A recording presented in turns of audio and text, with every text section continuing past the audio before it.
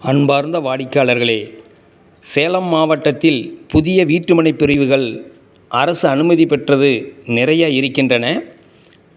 DTCP approval, RERA approval, 33 அடி தார் சாலை வசதி, ட்ரைனேஜி, தெருவிளக்கு, கேட்டட் கம்யூனிட்டி அனைத்து அம்சங்களுடன் கூடிய வாஸ்து பிரகாரம் அமையப்பெற்ற நிறைய வீட்டுமனைகள் இருக்கின்றன.